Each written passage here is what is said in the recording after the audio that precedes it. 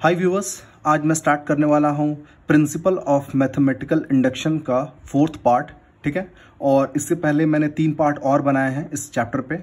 अगर आपने उसे नहीं देखा है और अगर आप देखना चाहते हो तो आप देख सकते हो, लिंक मैंने उसका डिस्क्रिप्शन बॉक्स में दे दिया है। ठीक है, और आज मैं जो कुछ क्वेश्चन डिस्कस करने वाला हूँ प्रिंसिपल ऑफ मैथमेटिकल इंडक्शन के, वो बिल्कुल ही डिफरेंट टाइप के क्वेश्चंस होंगे। ठीक है, तो ये जो क्वेश्चंस होंगे पहले के सारे क्वेश्चन से बिल्कुल डिफरेंट होंगे, तो इसलिए मैंने इसके लिए एक अलग से वीडियो बना रहा हूँ अभी। ठीक है, तो आप देखो, तो ये सारे क्वेश्चंस को समझने के लिए कुछ पहले बेसिक चीज़ों को हम लोग देख लेते हैं एक बार। ठीक है, तो वो बेसिक चीज़ें क्या है, देखो, जैसे अगर कोई भी नंबर अगर मैं लिखता हूँ x, कोई भी नंबर x है। ठीक है, अगर मैं चाहता हूँ चेक करना, मैं ये चेक करना चाहता हूँ कि ये जो x है वो 2 के मल्टीपल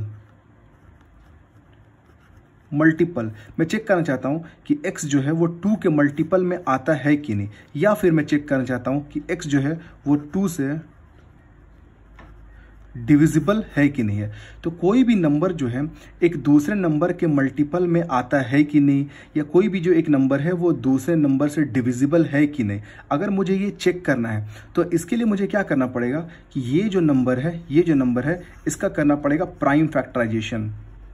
प्राइम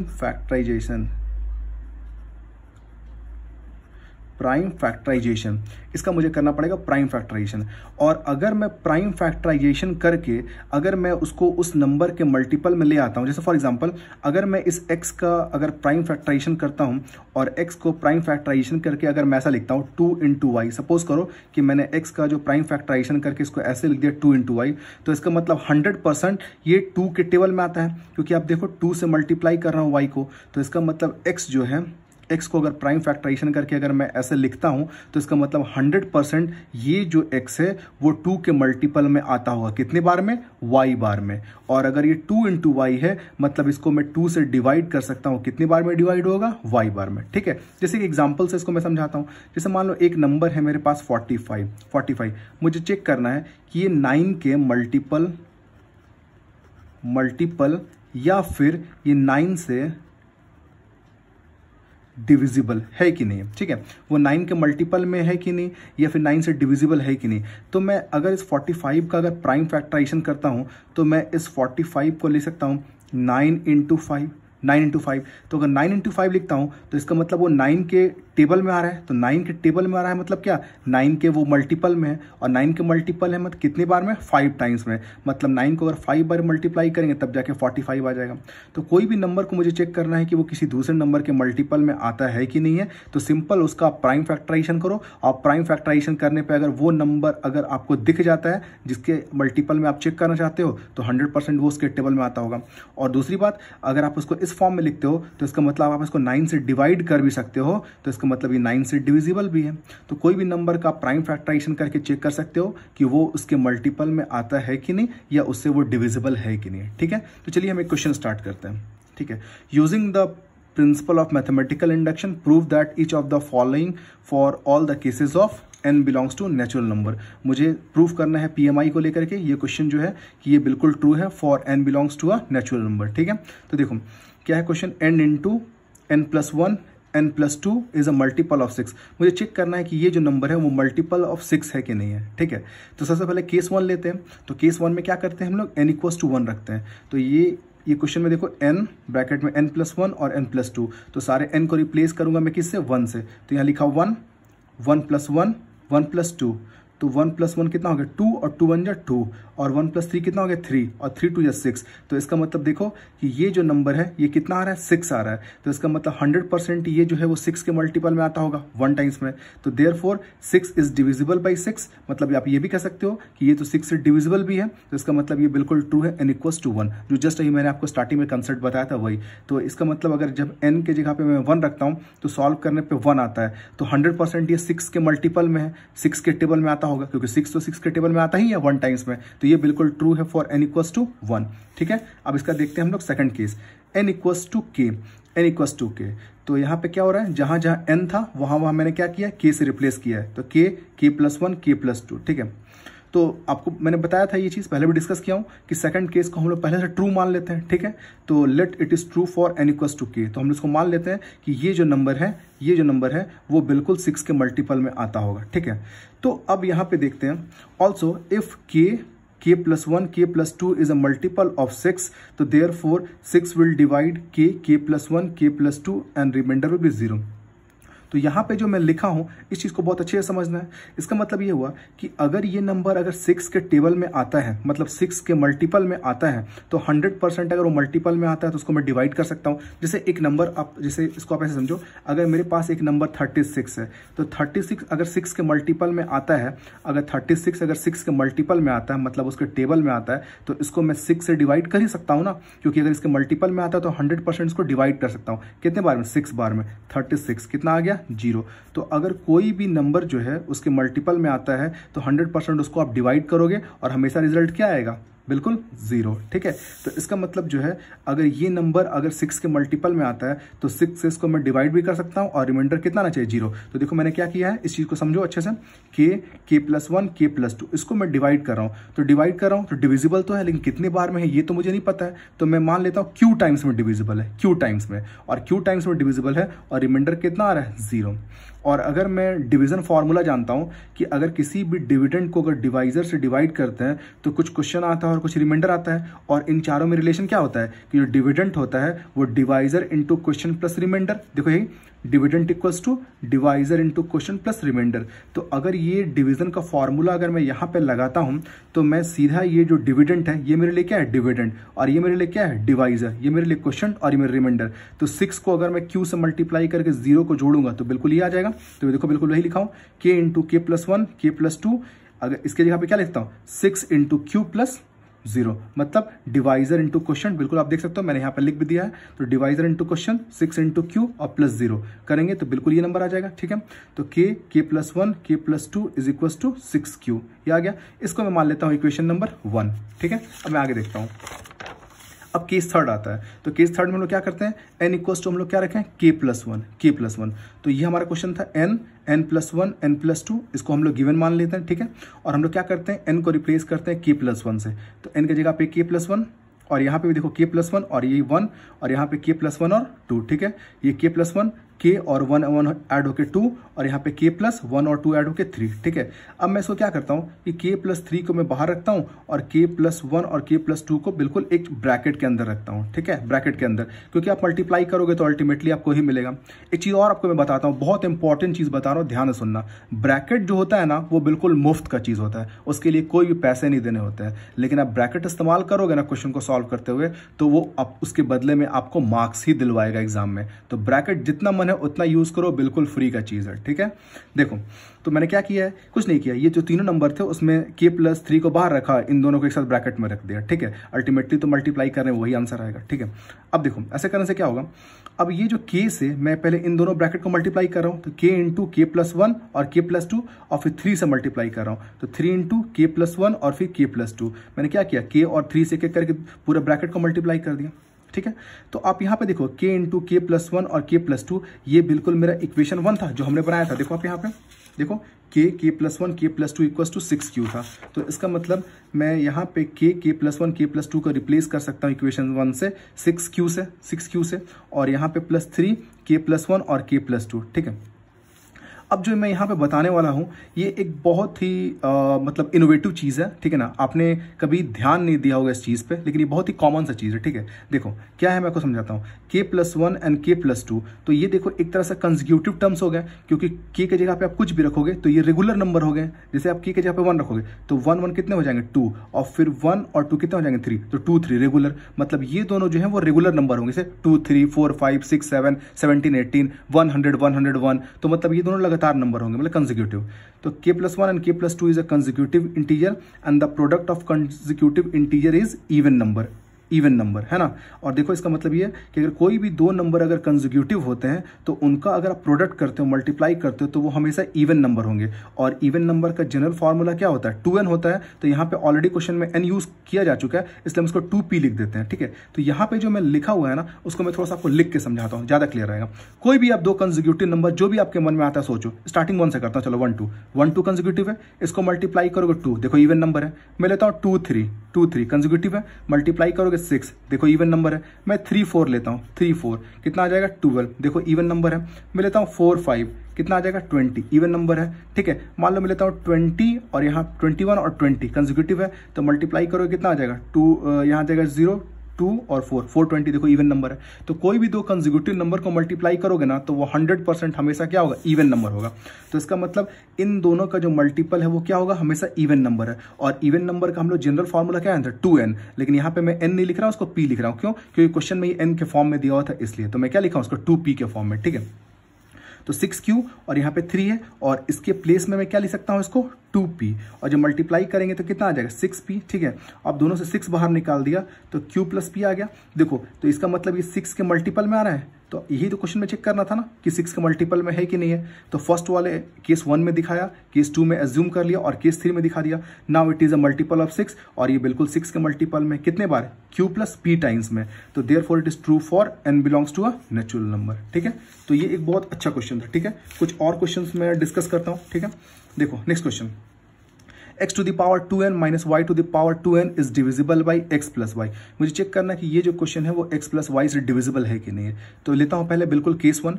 तो केस 1 में क्या ले रहा हूँ, n इक्वल्स टू 1, तो n इक्वल्स टू 1 लूंगा, तो x इक्वल्स टू 2 और n के प्लेस में 1 रखा, फिर y 2 और n के प्लेस में 1, तो कितना हो जाए x to the power 2 and y to the power 2। तो देखो एक फॉर्मूला आपको याद आ रहा होगा, अलजेब्रा का एक फॉर्मूला है a square minus b square.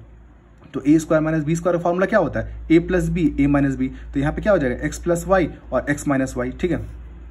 तो इसका मतलब x प्लस वाई और x माइनस वाई को 100% मैं x प्लस वाई से डिवाइड कर सकता हूँ। तो ये वाला पार्ट कट जाएगा, कितना आ जाएगा x माइनस वाई। तो इसका मतलब ये बिल्कुल ट्रू है फॉर n इक्वल्स टू 1। मतलब ये जो फॉर्मूला है ये बिल्कुल डिविजिबल है जब मैं n इक्वल्स टू 1 रखूंगा, किससे, x प्लस वाई से। कितने बार में, x माइनस वाई टाइम्स में, ठीक है। अब सेकंड केस लेते हैं, n इक्वल्स टू k। तो मैं सीधा क्या कर रहा हूँ कि जहाँ पे भी इसमें n था वहाँ रिप्लेस कर रहा हूँ k से। तो क्या कर रहा हूँ, 2x to the power 2k minus y to the power 2k। तो उसको लिख सकता हूँ x to the power 2k minus y to the power 2k। तो मैं मान लेता हूँ कि ये बिल्कुल डिविजिबल है x प्लस वाई से। तो अगर ये डिविजिबल है तो 100% रिमाइंडर क्या आएगा, 0, क्योंकि कोई भी नंबर अगर किसी दूसरे नंबर को डिवाइड करता है तो 100% रिमाइंडर क्या देगा मेरे को, 0 देगा। तो इसका मतलब ये जो नंबर है वो डिविजिबल है x प्लस वाई से। तो जब डिवाइड करूंगा तो रिमाइंडर क्या आएगा, 0। तो देखो बिल्कुल वही यूज किया हो कि x प्लस वाई से मैं डिवाइड कर रहा हूँ x to the power 2k minus y to the power 2k, और इसको डिवाइड कर रहे हैं, मान लेता हूँ q टाइम्स में डिवाइड हो रहा है, तो q टाइम्स है, और रिमाइंडर कितना आ रहा है, 0। और फिर से अगर मैं डिवीजन फॉर्मूला लगाऊंगा तो x प्लस वाई को अगर मैं इस q से मल्टीप्लाई करूंगा और 0 को जोड़ूंगा तो बिल्कुल ये आ जाएगा। तो देखो x to the power 2k minus y to the power 2k is equal to 9 into x plus y multiply by x plus y और प्लस 0। बिल्कुल वही डिवीजन फार्मूला जो मैंने डिस्कस किया था, ठीक है। और फिर आप इस लिख सकते हो उसको, x to the power 2k minus y to the power 2k is equal to q x plus y, और 0 को छोड़ दूँ।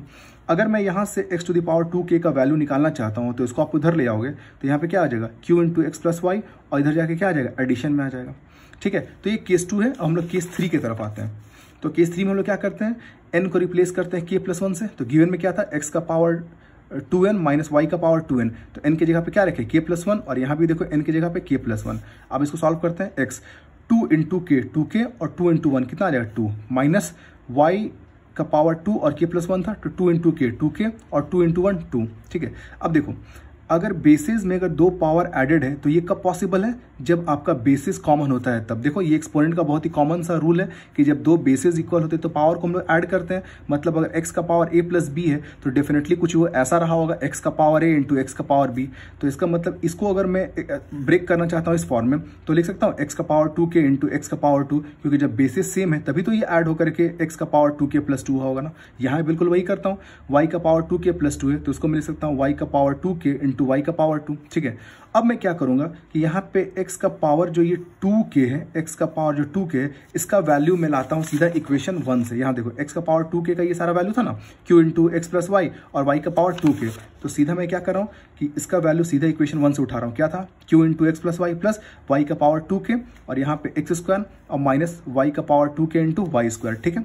अब इसको मल्टीप्लाई करता हूँ तो एक्स स्क्वायर इंटू क्यू और एक्स प्लस वाई, और फिर इससे इसको मल्टीप्लाई करेंगे तो एक्स स्क्वायर और y का पावर 2k और माइनस y का पावर 2k ये और y स्क्वायर, ठीक है। इस पार्ट को बिल्कुल वैसे छोड़ रहा हूँ। इन दोनों में अगर मैं ध्यान से देखता हूँ तो मुझे ये टर्म देखो y का पावर 2k और y का पावर 2k बिल्कुल कॉमन है, तो बाहर निकाल दिया, क्या बचेगा, x square minus y square, ठीक है। इस पार्ट को ऐसे छोड़ रहा हूँ। अब देखो यहाँ पे फिर वो फॉर्मूला एप्लीकेबल है ए स्क्वायर माइनस बी स्क्वायर वाला, तो क्या करेंगे ए प्लस बी और ए माइनस बी, तो यहाँ पे ए और बी की जगह पे क्या है एक्स वाई है, तो एक्स प्लस वाई और एक्स माइनस वाई। अब देखो यहाँ से लेके ये मेरे लिए एक टर्म है और यहाँ से लेके ये मेरे लिए एक टर्म है, क्योंकि टर्म जो हमेशा प्लस या माइनस से ही सेपरेट होता है, अलग अलग होता है। तो यहाँ से लेके सारे मल्टीपल में इसलिए दो टर्म है, और दोनों टर्म में आप ध्यान से देखोगे तो एक्स प्लस वाई जो है बिल्कुल कॉमन है, तो बाहर निकाल दिया। यहाँ क्या बचेगा एक्स स्क्वायर इंटू क्यू, ये प्लस, और यहाँ से जब ये जा चुका है तो यहाँ पे क्या बचेगा y का पावर 2k और यहाँ पे x माइनस वाई। तो अगर ये x प्लस वाई के जस्ट मल्टीपल में आ रहा है तो 100% मैं इसे डिवाइड कर सकता हूँ। तो देखो मैंने क्या किया है कि x प्लस वाई से इसको डिवाइड किया, ये कट गया इतने बार में, तो इसका मतलब since it is divisible by x plus y, मतलब ये x प्लस वाई से डिविजिबल है, therefore it is true for all n belongs to a natural number. तो ये भी क्वेश्चन हम लोगों ने सॉल्व कर दिया, ठीक है, बिल्कुल आराम से। ठीक है, कुछ और क्वेश्चंस को देख लेते हैं। देखो ये क्या है 41 का power n minus 14 to the power n, और मुझे चेक करना है कि डिविजल बाय 27 है कि नहीं। तो बिल्कुल हम लोग वैसे ही करेंगे कि अगर हम लोग इसको मल्टीपल 27 का मल्टीपल पे ले आते हैं तो 100% 27 से डिविजिबल हो जाता है। तो बिल्कुल वैसे सॉल्व करते हैं। पहला केस वन में क्या है n इक्वल्स टू 1, जैसा हमेशा हम लोग करते हैं। तो 41 n के प्लेस पे 1 माइनस 14 का पावर 1, तो 41 का पावर अगर 1 होगा तो कितना होगा 41, और 14 का पावर 1 होगा तो कितना हो जाएगा 14। तो 41 में अगर 14 सब्ट्रैक्ट करेंगे तो कितना आ जाएगा 27। तो 27 को 27 से बिल्कुल डिवाइड किया जा सकता है, कितने बार में 1 बार में। इसका मतलब 100% ये जो है वो डिविजिबल है 27 से, मतलब ये बिल्कुल ट्रू है फॉर n इक्वल्स टू 1, मतलब n का वैल्यू जब 1 रखूंगा तो 100% ये 27 से डिविजिबल है। ठीक है, अब सेकंड केस, तो सेकंड केस को हम लोग ट्रू तो मान ही लेते हैं हमेशा। ठीक है, n इक्वल्स टू k, तो मैं क्या कर रहा हूँ जहां भी n है वहां रिप्लेस कर रहा हूँ, सीधा k से। तो मैं क्या लिखा हूँ देखो 41 का power k minus 14 to the power k, और मान लेता हूं कि let it is divisible by 27, और मान लेता हूं कि वो डिविजिबल है 27 से। तो डिविजिबल है तो फिर से रिमाइंडर क्या होगा 0, तो वही कंसेप्ट को फिर से यूज कर रहे हैं। तो 41 to the power k minus 14 to the power k, इसको डिवाइड करें 27 से, तो कितने बार में डिवाइड हो रहा है q टाइम्स में, और रिमाइंडर क्या दे रहा है मेरे को 0 दे रहा है, क्योंकि डिविजिबल है इसलिए रिमाइंडर 0 होता है।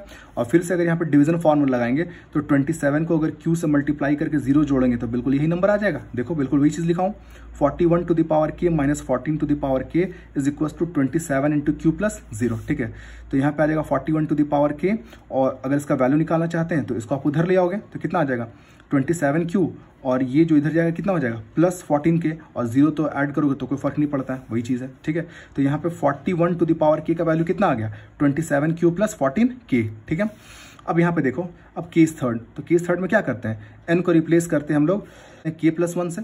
तो देखो क्या कर रहे हैं, गिवन में क्या था 41 का पावर n माइनस 14 का पावर n, ये मेरे लिए गिवन था। तो हम लोग क्या कर रहे हैं n के प्लेस में k प्लस 1 रख रहे हैं, और यहाँ पे भी देखो n के प्लेस में k प्लस 1 रख रहे हैं। तो बिल्कुल वही हम लोग यूज़ करें जो पहले एक पॉइंट बताया था कि जब बेसेस अगर सेम होते हैं तो हम लोग पावर्स को ऐड करते हैं।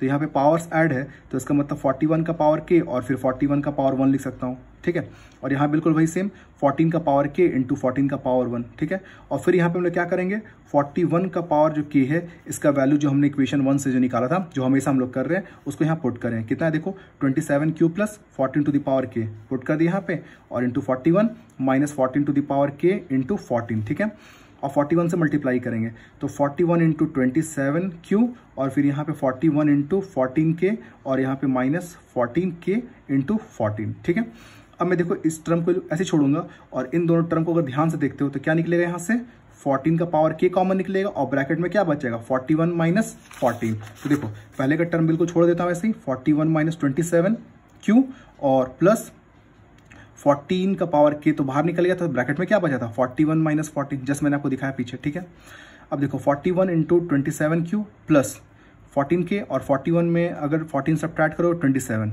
ठीक है, तो अगर इन दोनों को आप ध्यान से देखते हो तो बिल्कुल 27 कॉमन निकल सकता है, तो क्या बच जाएगा 41 इंटू q और प्लस 14k।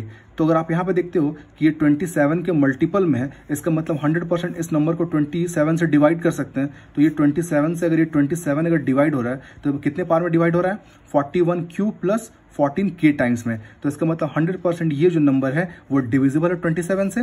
तो since it is divisible by 27 therefore it is true for all n belongs to natural number. मतलब अगर ये नंबर जो है अगर वो 27 से डिविजिबल है तो इसका मतलब जो केस थर्ड था n equals to k plus 1 वो बिल्कुल ट्रू है for n belongs to all natural number. तो ये क्वेश्चन नंबर थर्ड था। चलो एक क्वेश्चन और थोड़ा सॉल्व कर लेते हैं, देखते हैं एक और क्वेश्चन क्या है।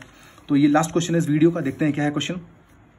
4 to the power n plus 15 to the power n minus 1 is divisible by 9। मुझे चेक करना है कि ये जो क्वेश्चन है वो 9 से डिविजिबल है कि नहीं for n belongs to a natural number. ठीक है, तो केस 1 लेते हैं हम लोग, n इक्वल्स टू 1। तो n इक्वल्स टू 1 लेते हैं, तो जहां n है वहां रिप्लेस कर रहा हूं मैं किससे, 1 से सीधा। तो 4 यहाँ पे 1 प्लस 15 इंटू 1 माइनस 1, तो 4 का पावर ऑन 4 और 15 इंटू 1 15 और यहाँ पे -1। ठीक है, 4 और 15 को अगर ऐड करेंगे 19 माइनस 1, तो 19 में अगर 1 जाएगा तो कितना आएगा 18। तो अगर 18 को मैं अगर 9 से डिवाइड करना चाहूँगा तो बिल्कुल डिविजिबल है 2 टाइम्स में। तो इसका मतलब अगर 9 से डिविजिबल है 2 टाइम्स में, मतलब ये बिल्कुल ट्रू है फॉर n बिलोंग्स टू 1। मतलब जब n का वैल्यू मैं 1 रखूंगा तो ये बिल्कुल डिविजिबल है 9 से, कितने बार में, 2 टाइम्स में। तो इसका मतलब ये बिल्कुल ट्रू है फॉर n इक्वल्स टू 1। और केस 2 को बिल्कुल मैं मान लेता हूँ ये करेक्ट है।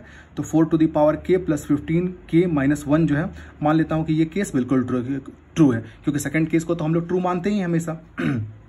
तो late it is divisible bye 9। तो अगर वो 9 से डिविजिबल है कितने बार में, मान लेता हूँ q बार में, और रिमाइंडर बिल्कुल 0, हर बार ये चीज मैंने आपको बताया। ठीक है, तो सीधा आप इसके प्लेस में क्या ले सकते हो, 9 इंटू क्यू और प्लस 0।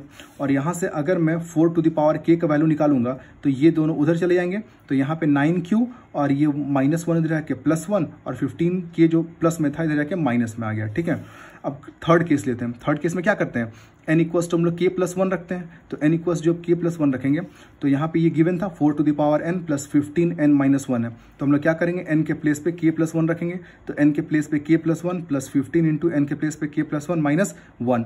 ठीक है, अब यहाँ पे हम लोग क्या करेंगे, मल्टीप्लाई करते हैं इसको। तो 4 इंटू के इंटू 4। तो ये कंसेप्ट जस्ट मैंने आपको अभी 2-3 बार बताया कि अगर कॉमन बेस में पावर एडेड है तो हम लोग बेसिस को बिल्कुल अलग अलग कर सकते हैं पावर्स को लेकर के। और यहाँ पे इसको मल्टीप्लाई करेंगे तो 15k इंटू 15 और -1। ठीक है, तो देखो बिल्कुल यहाँ पे वही किया है, दोनों बेसिस को अलग अलग कर दिया है और पावर को बिल्कुल अलग अलग कर दिया है। ठीक है, और मल्टीप्लाई में, और यहाँ पे 15k प्लस 15 माइनस 1, ये पार्ट को ऐसे छोड़ दे रहा हूँ। ये 15k और 15 में अगर 1 गया तो 14। ठीक है, अब यहाँ पे देखो 4 का पावर जो k है इसका वैल्यू हम लोग इक्वेशन 1 से निकाल लेते हैं। तो 1 में इसका वैल्यू क्या निकाल लेते हैं, 9q प्लस 1 माइनस 15k, और यहाँ पे ये 4 और ये 15k प्लस 14। ठीक है, 4 से मल्टीप्लाई करो, 9 इंटू 4 इंटू क्यू, और इसको मल्टीप्लाई करेंगे 4 से तो 1 इंटू 4 4, और माइनस 15k अगर 4 से मल्टीप्लाई करें तो माइनस 60k, और यहाँ पे 15k और यहाँ पे 14। ठीक है, 9 इंटू 4 क्यू को ऐसे ही छोड़ दे रहा हूँ। अगर माइनस 60k में अगर 15k को अगर माइनस करता हूँ तो माइनस 45k, और 4 और 14 को जोड़ूंगा तो कितना आ जाएगा 18। ठीक है, अब देखता हूँ इन तीनों टर्म से 9 बिल्कुल कॉमन निकल जाएगा। यहाँ तो 9 कॉमन है, और यहाँ से कॉमन निकालोगे 5 टाइम्स में, और यहाँ से कॉमन निकालोगे 2 टाइम्स में। तो इसका मतलब 9 के मल्टीपल में आ रहा है। तो अगर ये 9 के मल्टीपल में आ रहा है तो 100% इसको मैं 9 से डिवाइड कर सकता हूँ। और अगर मैं 9 से डिवाइड कर सकता हूँ इसको, तो कितने बार में डिवाइड कर सकता हूँ, 4q minus 5k plus 2 times में। तो इसका मतलब since it is divisible by 2, मतलब ये 100% डिविजिबल है 9 से, है ना।